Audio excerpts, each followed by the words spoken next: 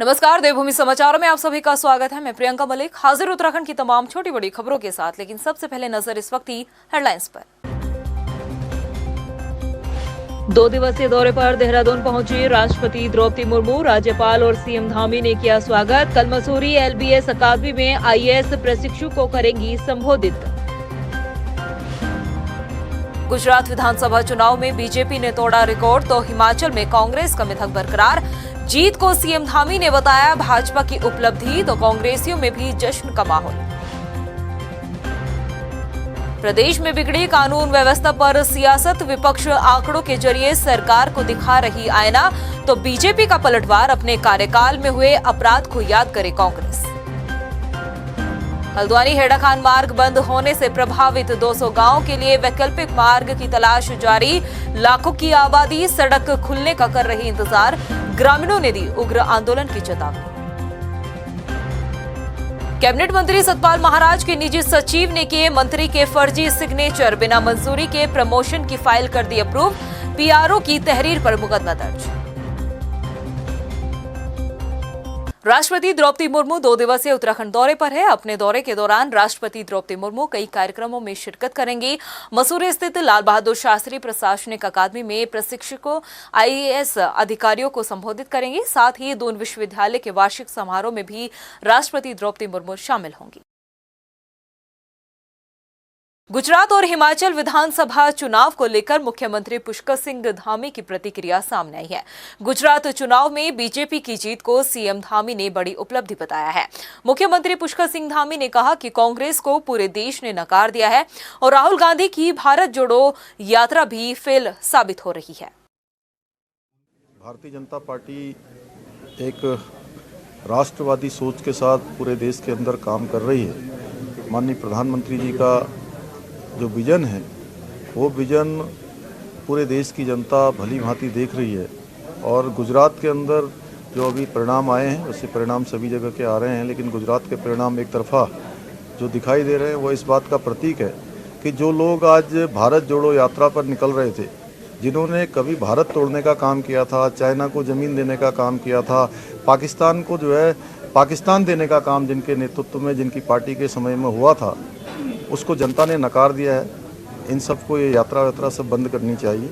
इसका कोई भी नतीजा नहीं आने वाला, क्योंकि भारत आज प्रधानमंत्री मोदी जी के नेतृत्व में सशक्त भारत बन रहा है, शक्तिशाली भारत बन रहा है। हिमाचल विधानसभा चुनाव में कांग्रेस को मिली जीत पर उत्तराखंड कांग्रेस में भी जश्न का माहौल देखने को मिला है। देहरादून स्थित कांग्रेस प्रदेश मुख्यालय में कांग्रेसियों ने जमकर जश्न मनाया। इस मौके पर प्रदेश अध्यक्ष करण माहरा समेत तमाम कांग्रेसी नेता मौजूद रहे।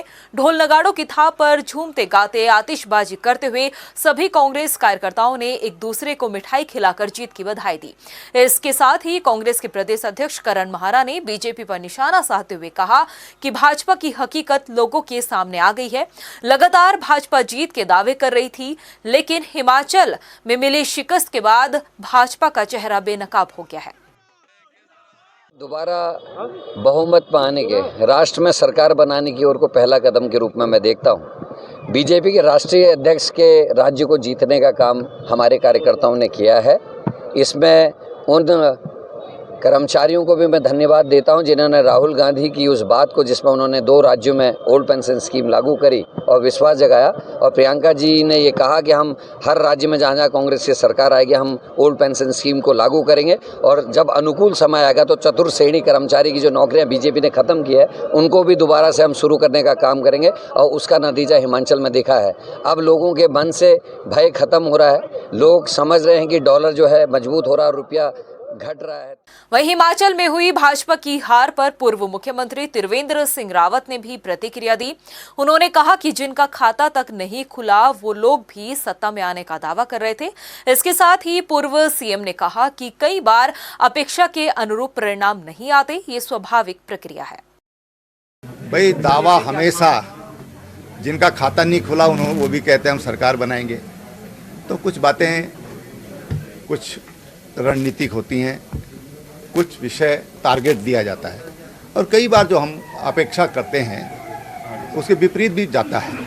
तो ये स्वाभाविक चीज़ें, कोई अस्वाभाविक बातें नहीं है। ऐसा दावा किया जाता है, टारगेट ऊंचा दिया जाता है। देश के पहले सीडीएस जनरल स्वर्गीय बिपिन रावत की पहली पुण्यतिथि पर भाजपा के मुख्यालय में श्रद्धांजलि कार्यक्रम आयोजन किया गया। इस मौके पर मुख्यमंत्री पुष्कर सिंह धामी, बीजेपी के प्रदेश अध्यक्ष महेंद्र भट्ट, पूर्व मुख्यमंत्री त्रिवेंद्र सिंह रावत के साथ ही पार्टी के तमाम नेताओं ने स्वर्गीय बिपिन रावत के चित्र पर माल्यार्पण कर उन्हें श्रद्धा सुमन अर्पित किए। मुख्यमंत्री पुष्कर सिंह धामी ने कहा कि भारतीय जनता पार्टी जनरल बिपिन रावत के सपनों को साकार करेगी।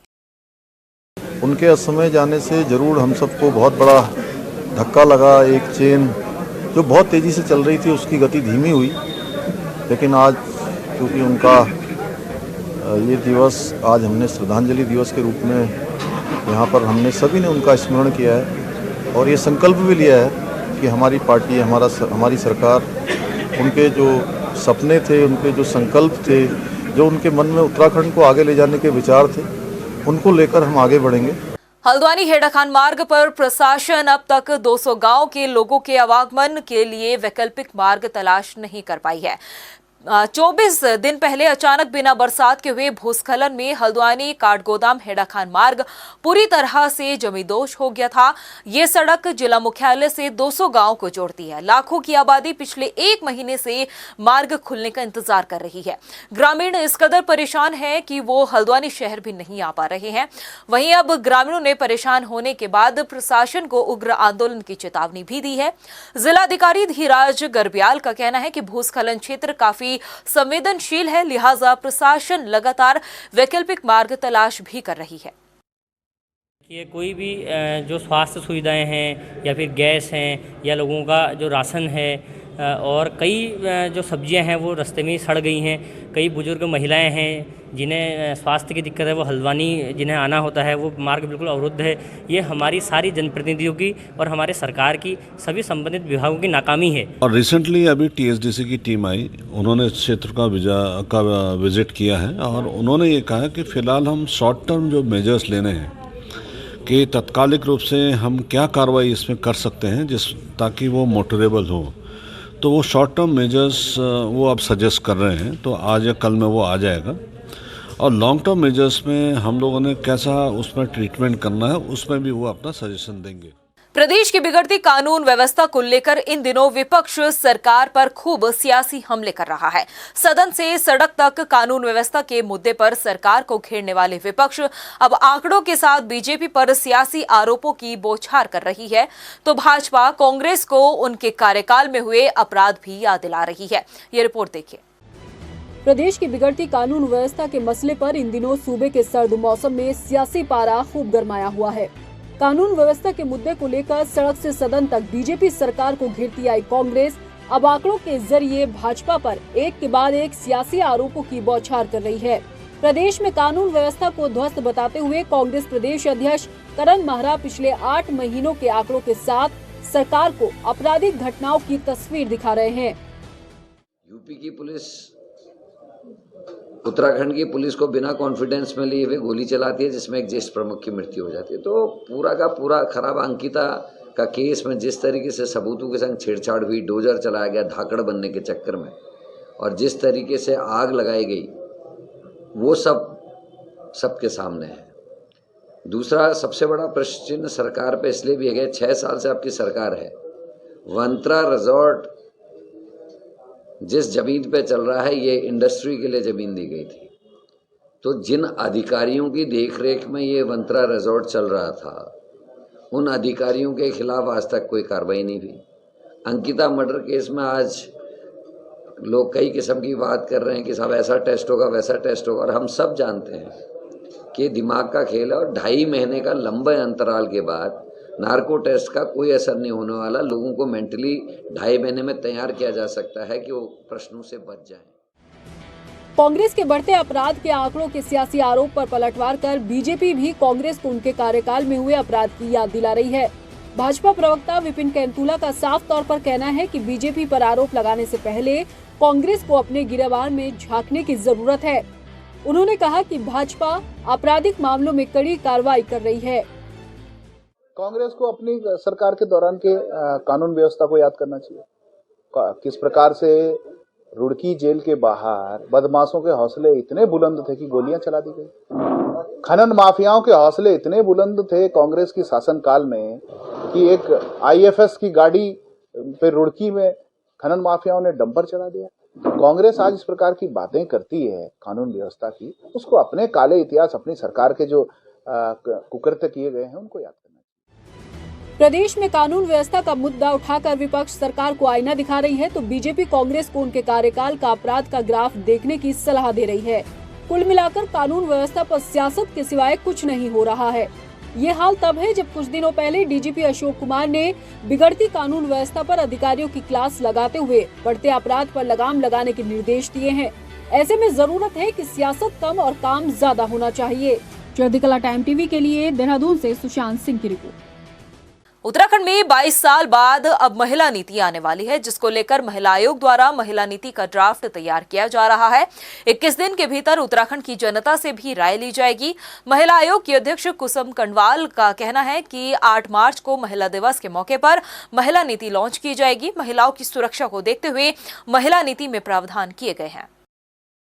हमारा पहाड़ी राज्य है तो पहाड़ी राज्य को हमने केंद्र बिंदु बनाया है कि पहाड़ी राज्य की किस तरह से कि दूरस्थ क्षेत्रों में जो पहाड़ में रह रही हैं, उच्च हिमालय की बात करें, उसके बीच का पहाड़ का क्षेत्र कहें या प्लेन का क्षेत्र कहें, उन सबको हमें दृष्टिगत रखना होगा कि किस तरह से कौन सी महिला के लिए कौन सी सुगमता रहेगी और कौन सी महिला के, वो सबको केंद्र बिंदु बना के ही ये नीति बनेगी। वहीं अंकिता हत्याकांड मामले में जहां एक तरफ एसआईटी जांच कर रही है तो वहीं इस हत्याकांड की जांच महिला आयोग द्वारा भी की जा रही है।